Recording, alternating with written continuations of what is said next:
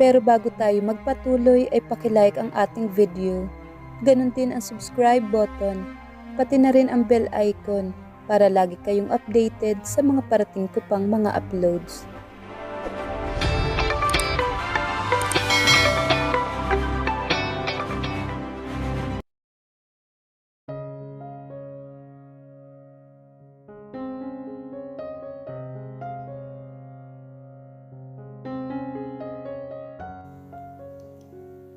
Hay, alanganing bati naman ni Cassandra kay Almira nang kumatok siya sa silid nito.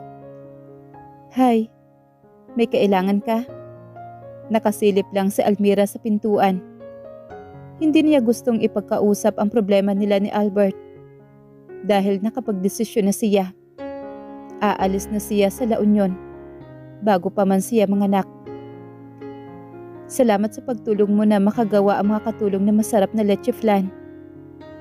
Kung mataray lagi ang boses niya kapag may kausap, si Cassandra ay sadyang malambing ang boses at mas lalong gumaganda sa paningin niya ngayon na gusto niyang kainggitan. Mahal na mahal ito ni Rafael. Masaya siya na nakita niyang masaya ang taong sinaktan niya noon, para kahit papaano ay mabawasan ang guilt na nararamdaman niya. Isang pilit ng ngiti ang pinakawalan niya para itago ang mga kinikimkim na lungkot. Wala yon. At congratulations pala, buntis ka na rin. Thanks. Pwedeng pumasok? Sabi naman ni Cassandra. Napilitan siyang buksan ang pintuan para papasukin si Cassandra. Malaki na ang tiyan niya at wala na siyang gana na mag-ayos ng sarili. Mabigat din kasi minsan sa pakiramdam kapag buntis. Palagi lang siyang nakahiga, nagkukulong sa kwarto at nagbabasa ng kung ano-anong handbook tungkol sa pagiging ina. Hindi niya gusto magkamali sa magiging anak niya. Almira, kumusta ang relasyon ninyo ni Albert? Inaasahan niyang itatanong iyon ni Cassandra, pero hindi pa rin niya alam kung paano sasagutin. We're okay. Magkaibigan naman kami. Nagkibit-balikat siya para gawing kaswal ang sagot. Walang nakakaalam na nasasaktan siya ngayon. Hindi na kailangan pa nilang malaman. Buntis na rin ako, Almira. Alam ko kung gaano kahirap ang maglihi na wala malang suporta mula sa asawa mo. Wala akong asawa, Cassandra. Pero kasal kayo. At sa pagkakasabi mo, hindi mo naman itinuloy ang annulment. Oo. Nagbago ang isip ko nung huli. Abogado ko na ang magpipresenta sa akin.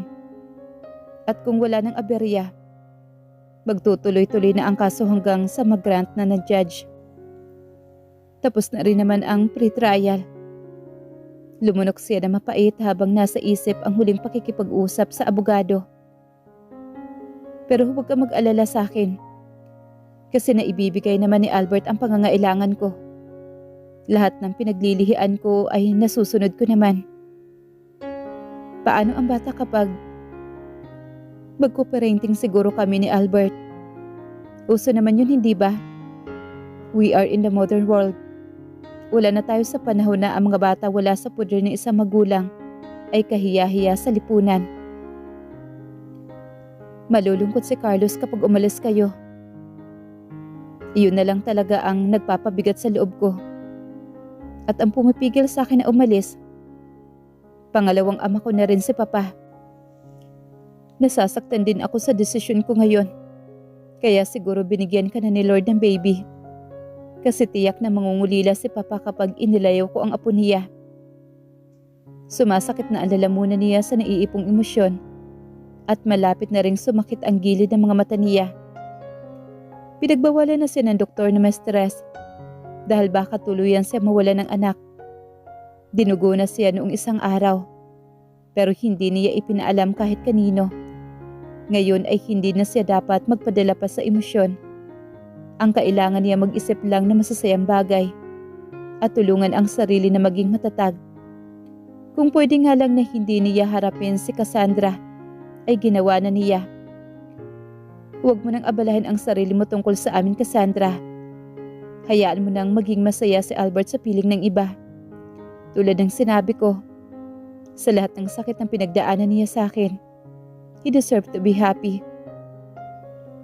Sa tingin mo ba hindi siya nasasaktan kapag lalayo kaming mag-ina? O Almira, bakit hindi kayo mag-usap na dalawa? Bakit pa kayo nag-aalala sa amin? Okay naman kami ni Albert sa setup namin. Ang isipin mo ay kung paano mo haharapin ang paglilihi. Hindi ka pa ba nagsusuka, nahihilo sa umaga?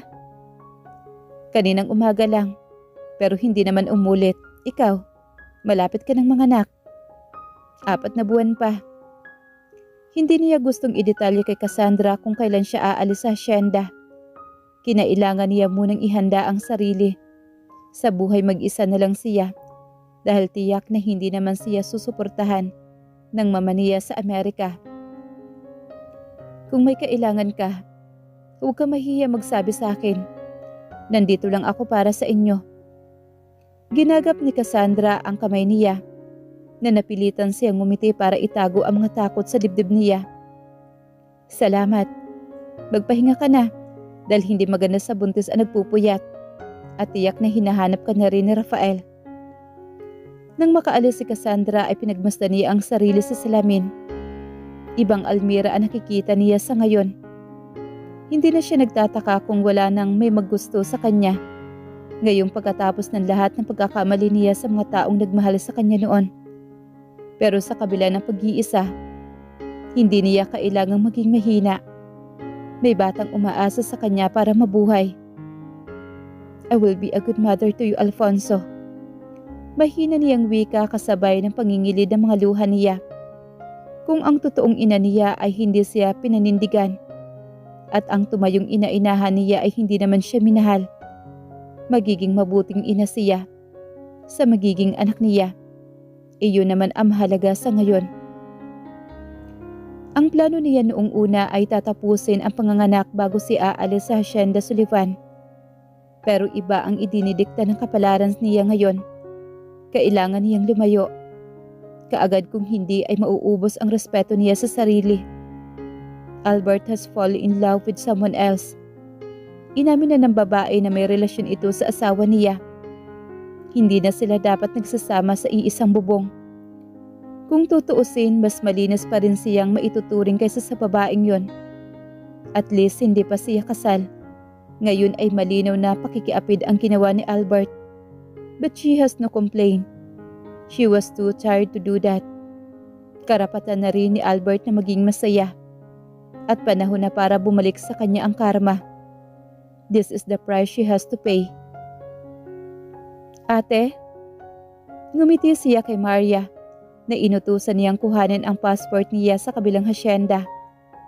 Tiyak na hindi siya papayagan ng papa niya kapag nalaman na may balak siyang iwanan ang lahat sa La Union para magbagong buhay. Ang alam kasi ng lahat ay ipinaglalaban pa niya ang karapatan niya bilang asawa ni Albert.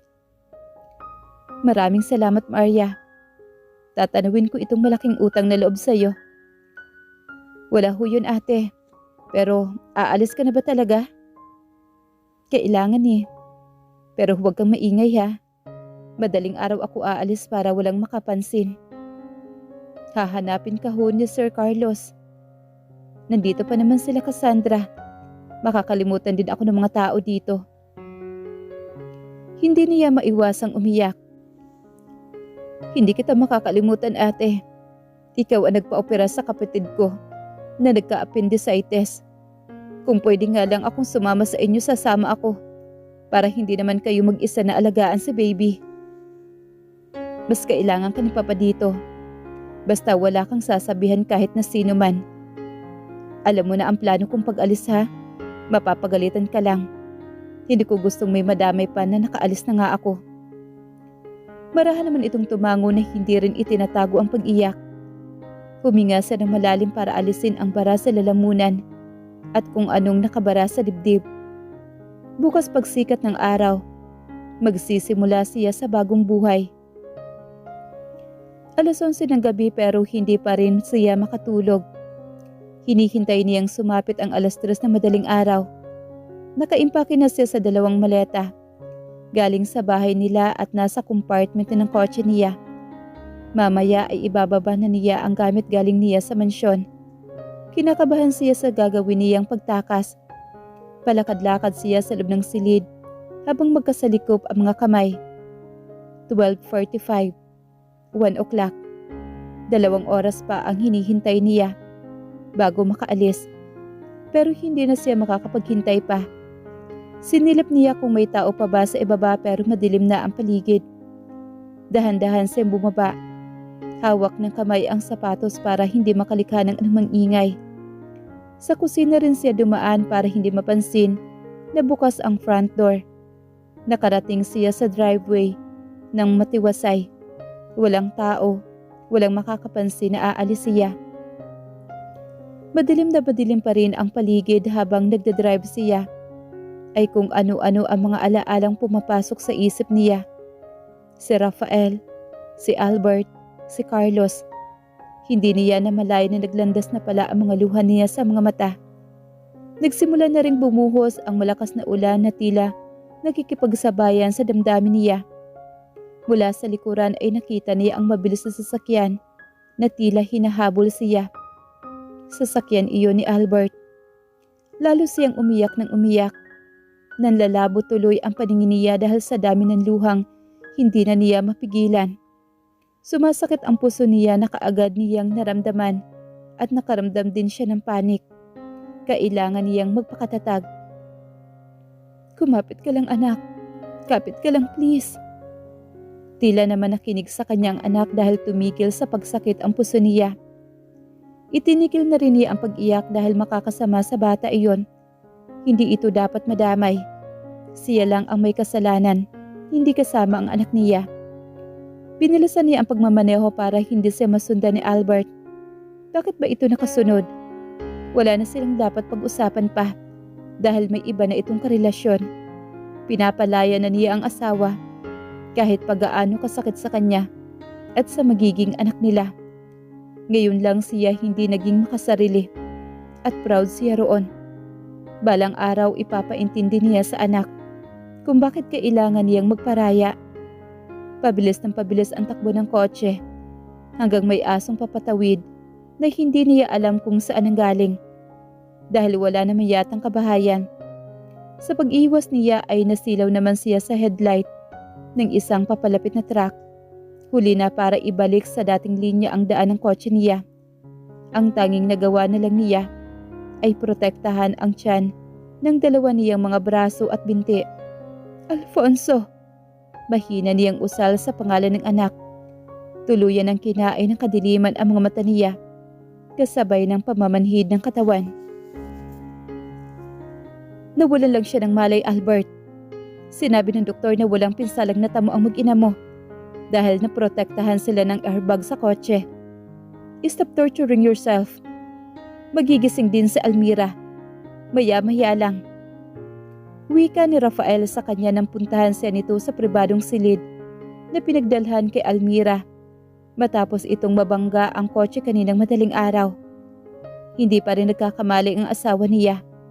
May pasa ito sa hita dahil isinangga nito para protektahan ang anak. Mabuti na lang na hindi ito dunugo at maayos pa ang heartbeat ng anak nila sa sinapupunan nito. "She's really strong woman." Mahina niyang usal habang nakatitig sa asawa. "Too strong that she thought she didn't need me anymore." Naiiyak na wika niya. "Ano ba kasi talaga ang plano mo sa mag-ina mo? Totoo bang may relasyon kayo ng sekretarya mo ngayon?" "Ongoing na ang annulment namin ni Almira."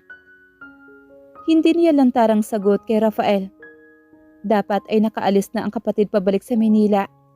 Pero ngayon ay kailangan niya ito para bigyan siya ng suporta. Ngayon na nasa panganib ang mag-ina niya.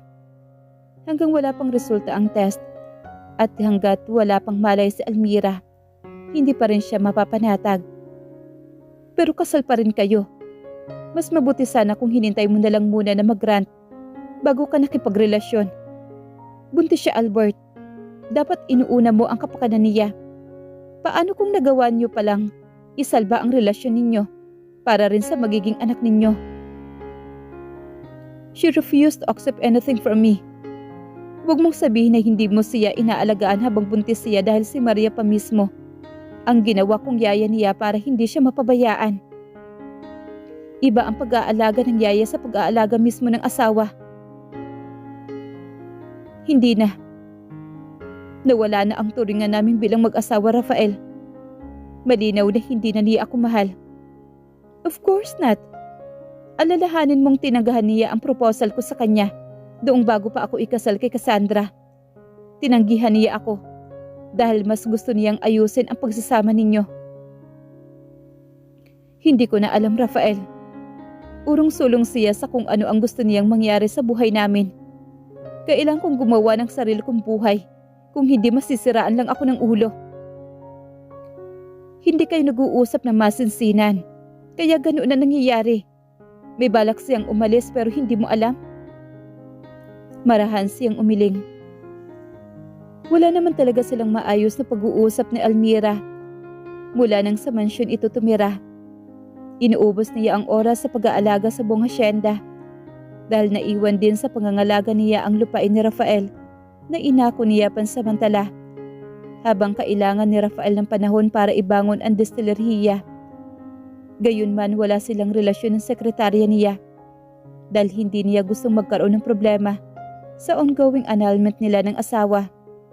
Annulment na itinuloy nito sa kasunduan na iiwan sa kanya ang bata kapag nag-grant iyon. Ang sabi ng karamihan, malalaman mong higit ang halaga ng isang tao kapag nawala siya sa'yo. Putol naman ni Albert sa pag-iisip niya ng malalim.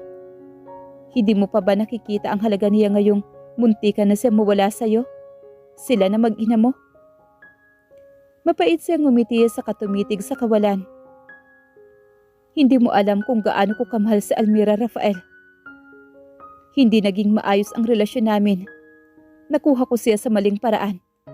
Pero hindi nangangahulugan hindi ko siya mahal.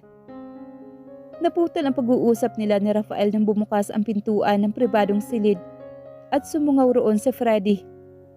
Kumusta ang anak ko? Papa, asan ang mga doktor?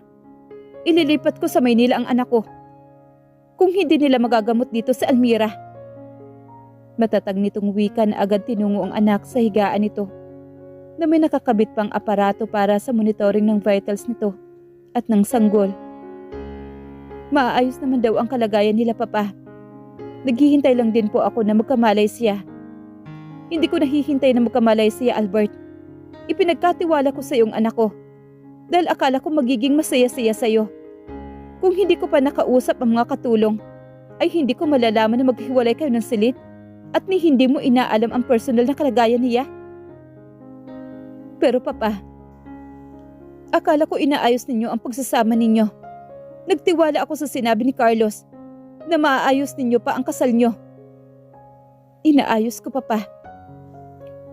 Nag-iwan ng sulat si Almira sa akin na nagsasabing sa Amerika siya manganganak dahil matutuloy pa rin ang hiwalayan ninyo. Na humihingi siya ng paumanhin dahil wala naman talaga kayong inaayos na pagsasama. I was so disappointed, Albert. Simula ngayon ay kukunin ko na ulit si Almira sa'yo. Asawa ko pa rin siya, Papa. Malakas niyang sagot na nagsimulang kumabog ang kanyang dibdib. Hindi niya gustong ibigay si Almira sa ama nito. Aayusin niya na talaga ang pagsasama nila kapag nagkamalay ito at nagkausap sila. Nakausap ko na rin ang abogado ni Almira. Ongoing na ang annulment ninyo na nangangahulugang hiwalay na kayo at kailangan na lang ng formalidad mula sa korte. Hindi ko na ipagkakatiwala ulit sa inyo ang anak ko, Albert. Tapos na ang papel mo sa buhay niya. Papa, hindi na nakikinig si Freddy na agad kinausap ang nurse na pumasok para lang sana i-check ang dextrose na nakakabit sa katawan ni Almira. Sa isang iglap ay nawala ng kakayahan na ipaglaban ang karapatan niya. Totoo namang napabayaan niya ang asawa. Doktor ko na sa Maynila ang makakausap ni Dr. Dovicio. Narinig niyang wika naman ni Freddy sa nurse. Ipapahanda ko ang ambulansya na magdadala sa anak ko sa ospital roon. Magbabayad kami kaagad para ma-discharge na ang anak ko rito. Hindi niya namalayang pumapatak na pala ang mga luha sa kanyang mga mata. Sa kaalamang wala siyang panahon para itama ang mali niya o makausap man lang si Almira. Kahit sa huling sandali, siya naman talaga ang dapat sisihin. Ang lahat ng may kasalanan. Buntis ang asawa niya. Pero mas pinairal niya ang pride kaysa ipaglaban ang sinasabi niyang karapatan niya. At ang masakit pa, hiniling pa niya kay Almira na iwanan sa kanya ang anak pagkapanganak nito. Pagkatapos ay may kanya-kanya na silang buhay. Kaya ito nagtangkang takasan siya dahil hindi nito kayang malayo sa anak. Hindi nito kaya ang ipinapagawa niya. Alam ko may mga ina na kayang iwanan ang anak sa kung anong kadahilanan, Albert. Pero hindi ako katulad ng ina ko na iniwanan lang ako tulad ng anak ng isang aso.